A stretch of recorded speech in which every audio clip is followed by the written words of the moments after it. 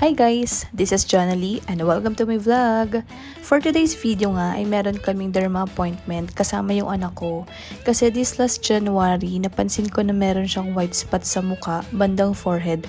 Pero konti lang nung nagumpisa. Tapos lately, dumadami na. So para ma-prevent na yung mas pagdami, kailangan ko na siyang ipakonsult sa derma ngayon.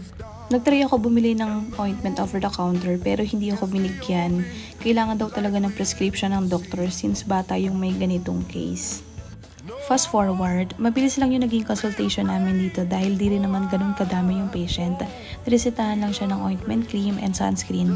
Anyway, yung derma doctor nga pala ng anak ko is si Dr. Regilian. Before nga pala kami umalis, nag-drop by lang muna siya sa ninang niya since sa Manila Med din naman nag-work and quick catch up lang dahil ayaw din namin makaistorbo.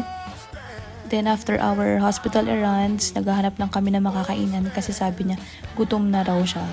And napili namin yung McDo. And medyo antok na siya dyan. Ayan, tinatouch ko lang yung screen ng kiosk, McDo kiosk para umorder. Hinahanap ko yung Happy Meal kasi di ko mahanap dito yung toy na gusto niya. Kaya after nito, in-order ko na lang sa counter.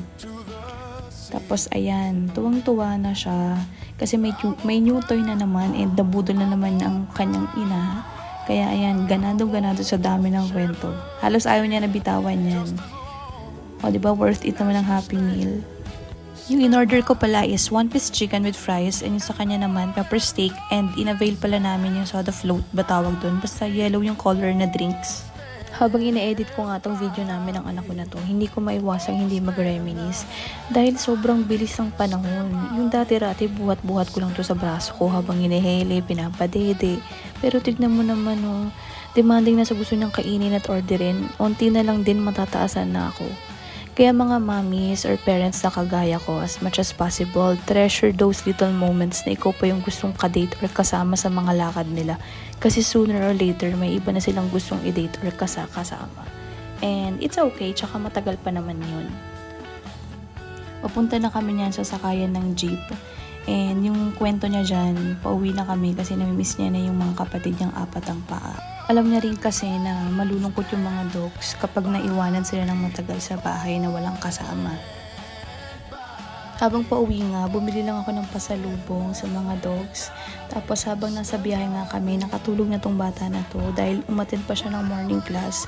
Yung class schedule niya is 6 a.m. to 12 noon.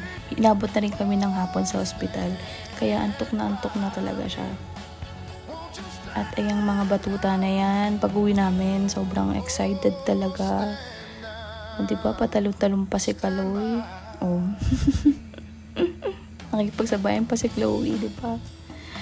So, that's it for today, guys. Thank you for watching and see you in our next vlog. Thank you!